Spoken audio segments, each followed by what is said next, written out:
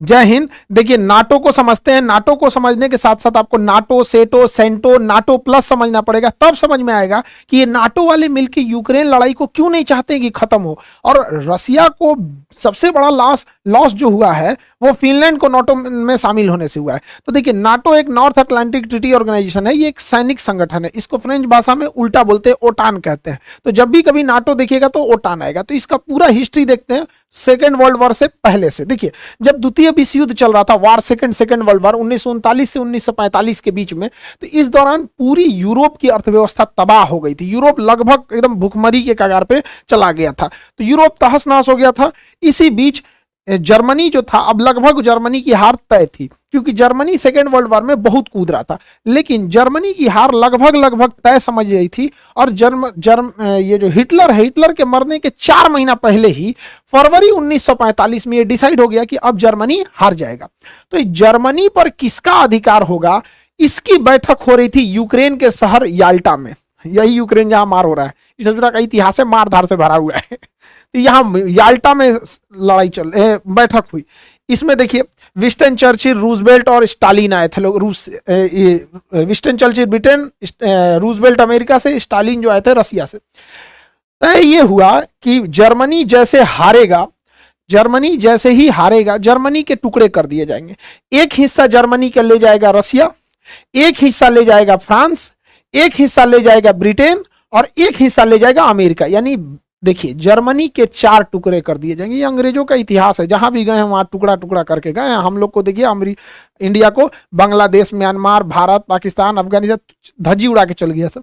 तो ये Yalta pact में हो गया। इसके 4 महीने बाद फाइनली हिटलर हार गया और जर्मनी के जैसे हुआ टुकड़े वैसे तोड़ दिए गए जर्मनी को। इसी में इस याल्टा समिट में यह भी बात कही गई थी कि रसिया जो था उसका कहना था कि जापान जब हारेगा तो मेरी कुछ जमीनें जापान के पास है। तो याल्टा समझौता में कहा गया ठीक है कि जो जापान का क्यूराइल द्वीप है, जापान जो है रसिया को हरा दिया था 1904 में, 1904-1905 की लड़ाई में ना जापान जो है रसिया को हरा दिया था। तो ये क्यूराइल द्वीप न हुआ क्या कि रसिया जब सेकेंड वर्ल्ड वॉर खत्म होगा, जापान पे परमाणु बम गिरा दिया गया, तो कहा डिसाइड किया गया कि यहां पर ये क्यूराइल द्वीप रसिया ले लेगा। तो रसिया ले लिया। रसिया से याल्टा समझौता में कहा गया था कि आप इस साइड में यूरोप में कम्युनिस्ट को बढ़ावा नहीं देंगे। कम्युनिस्ट एक ऐसा शासन प्रणाली है जिसमें चुनाव नहीं होता है, बल्कि पार्टी डिसाइड कर देती है, जैसे चाइना में चुनाव नहीं होता है। तो ये बड़ा उटपटांग व्यवस्था है, यूरोप वाले इसमें एडजस्ट नहीं हो पाते हैं। तो उनका कहना था कि रसिया इस साइड में कम्युनिस्ट को बढ़ावा नहीं देगा। तो रसिया कहा हम इस साइड में कम्युनिस्ट को बढ़ावा नहीं देंगे, इधर से ले लिया क्यूराइल द्वीप। आज भी जापान और रसिया के बीच में क्यूराइल द्वीप को लेकर विवाद है। लेकिन धीरे धीरे रसिया इस साइड में कम्युनिस्ट को बढ़ाना चालू कर दिया, कम्युनिस्ट देशों को बढ़ावा देना चालू कर दिया। इसका संदेह हो गया उस समय के तत्कालीन जो अमेरिका के राष्ट्रपति थे 1945 में, यहाँ पे ट्रूमैन को आभास हो गया कि इस साइड में ठीक है रसिया उधर चला गया, रसिया भी कम्युनिस्ट है, ये आपका चाइना भी है, उत्तरी कोरिया भी तानाशाह है, कम्युनिस्ट के बराबर ही होते हैं। तो उन्होंने देखा कि रसिया को इस साइड में रोकना बहुत ज्यादा जरूरी है, लेकिन रसिया अपना एग्रेशन करते ही जा रहा था। इसी बीच में फरवरी 1948 में रसिया जो था उस समय सोवियत संघ था, तो रसिया के साथ था एस्टोनिया, लातविया, लिथुआनिया, ये पूरे के पूरे रसिया का ही पार्ट था। सोवियत संघ उस समय union of Soviet socialist Republic, USSR नाम था रसिया का, तो ये सब उसी के साथ थे। ये आपका बेलारूस, यूक्रेन, मोल्डोवा, ये भी रसिया के साथ ही थे, उसका पार्ट था। ये काकेशस देश, जॉर्जिया, आर्मेनिया, अजरबैजान रसिया के साथ था। ये सेंट्रल एशिया के Kazakhstan, Kyrgyzstan, Tajikistan, Turkmenistan, Uzbekistan, ये सब रसिया के साथ थे। तो आप देखिए उस समय रसिया का क्या इतना बड़ा एरिया होता था, ये पूरा का पूरा रसिया था।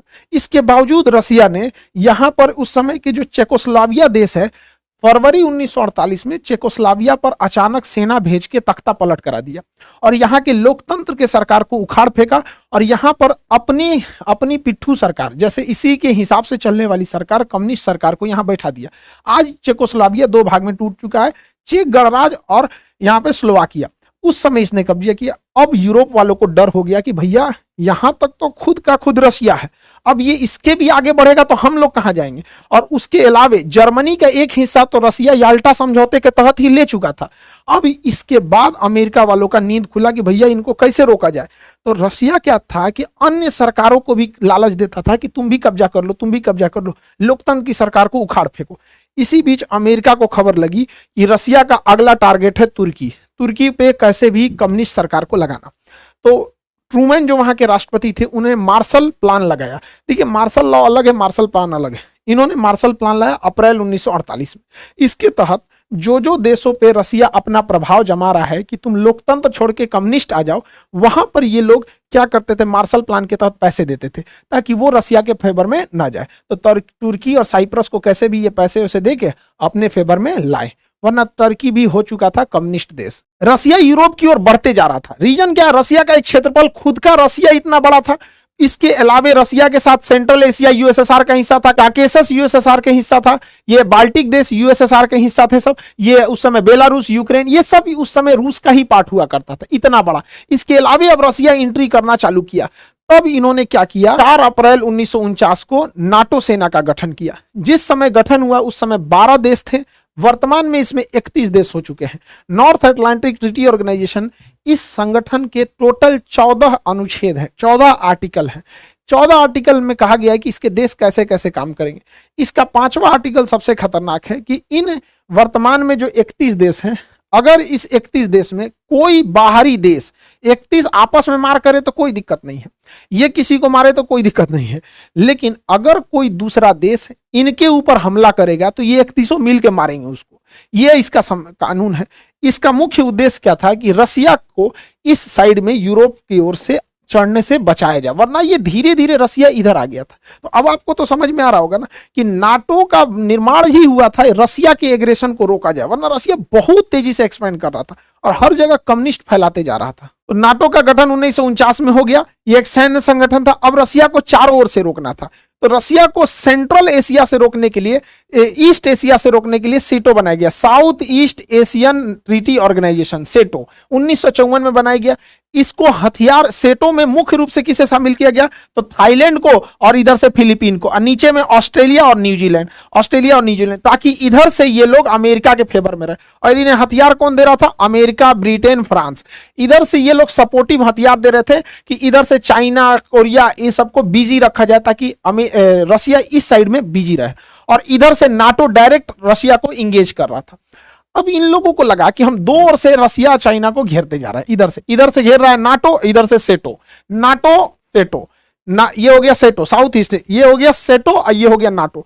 अब रसिया को थोड़ा अनबैलेंस लगने लगा कि सचुरा दोनों खोपड़िया नोच देगा सब। तब अमेरिका शांत बैठने वाला तो है नहीं, इसने इसी बीच में ला दिया एक ठो सेटो, सेंट्रल, सीईटी से सेंट्रल ट्रीटी ऑर्गेनाइजेशन, अगले साल 1955 में सेंट्रल ट्रीटी ऑर्गेनाइजेशन। इस ऑर्गेनाइजेशन को भी हथियार दे रहा था इधर से ब्रिटेन।